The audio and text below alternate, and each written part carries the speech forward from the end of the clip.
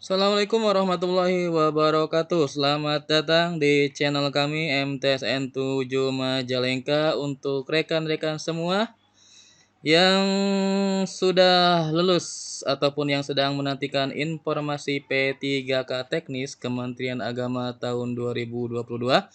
Di sini kami akan menyuguhkan atau memberikan sebuah berita atau informasi tentang informasi kosong yang terbanyak P3K Kemenag ya, dan Menpan reformulasi P3K Teknis 2022. Ini diambil dari halaman media online calon p3k.com ya. Di sini beritanya tentang formasi kosong ya. Ini formasi kosong memang terbanyak ada di Kementerian Agama ya. Kementerian Agama ini kebutuhan formasi 49.549, kemudian jumlah peserta yang ikut CAT ya 75.083, kemudian jumlah peserta yang lulus 29.109, kemudian formasi kosong totalnya 20.440 ya.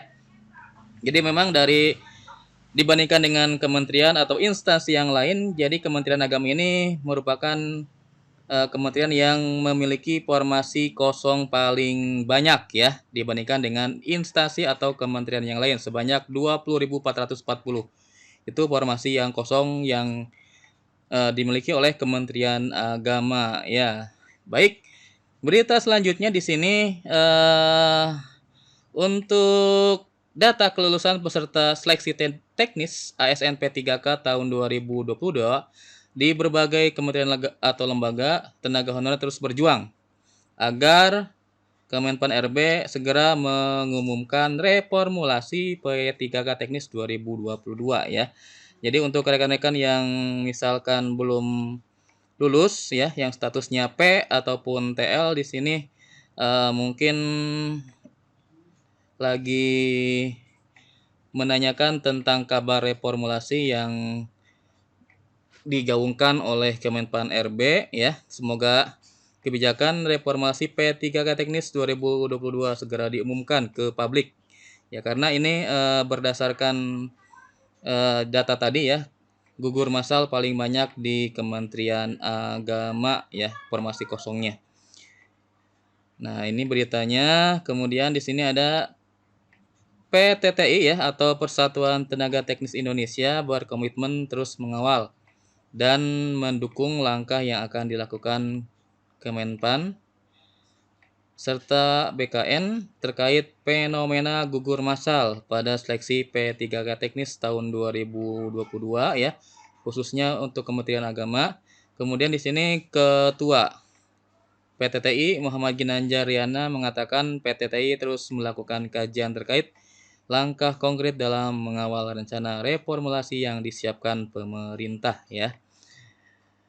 Kemudian Muhammad Ginanjar meskipun Menpan dan RB mengeluarkan pernyataan bahwa nilai hasil seleksi ASN P3K Teknis 2020 sedang dikaji dan akan dikeluarkan kebijakannya, PTTI akan terus mengawal ya rencana kebijakan itu di segala lini sehingga kebijakan reformulasi bisa segera dikeluarkan dan berkeadilan untuk semua.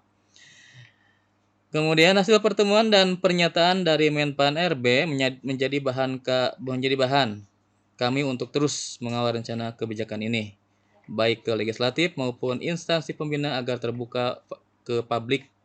Itu kata Ginanjar ya sebagai ketua PTTI ya. Kemudian untuk wacana reformulasi P3K Teknis berawal dari banyaknya peserta P3K Teknis yang gagal lolos karena passing rate terlalu tinggi ya. Untuk teman-teman yang belum lulus ya, mudah-mudahan kedepannya ada reformulasi, kemudian mungkin perankingan ya, sehingga untuk teman-teman yang nilainya belum masuk ranking bisa masuk formasi ya.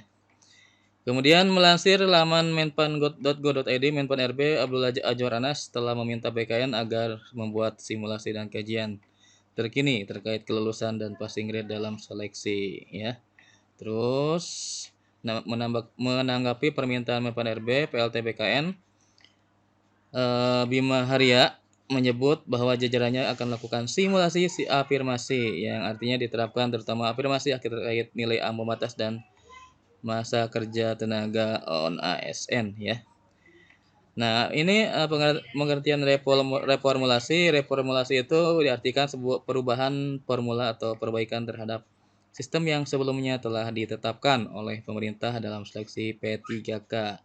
Dalam hal ini, reformulasi dapat membawa perubahan pada sistem seleksi, terutama dalam hal passing grade yang menjadi poin keberatan bagi para pelamar karena dirasa terlalu tinggi hingga disebut-sebut menjadi dalang utama munculnya polemik P3K teknis terkait banyaknya peserta yang tidak lolos ya. Jadi passing grade ya.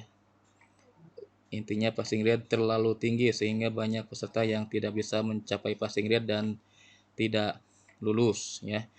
Kemudian jika reformulasi diterapkan, maka terdapat kemungkinan bahwa sistem ranking akan diberlakukan kembali setelah skema passing grade menuai protes besar dari para peserta yang tidak lolos seleksi. Akan tetapi sejauh ini belum ada informasi terbaru terkait kapan dan fixnya mengenai pemberlakuan reformulasi dan perankingan ulang para peserta P3K Teknis 2022 ya.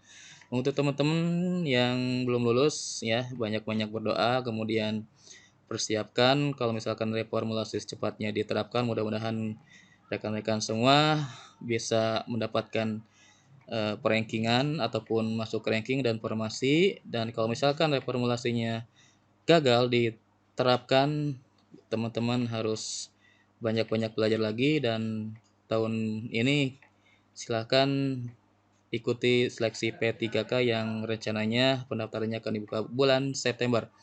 Tetap semangat dan berdoa ya teman-teman semua. Baik, itu saja mungkin untuk berita yang kami sampaikan hari ini. Terima kasih yang sudah berkunjung di channel kami. Jangan lupa subscribe ya, kemudian komen, like, dan share. Akhir kata, Assalamualaikum warahmatullahi wabarakatuh.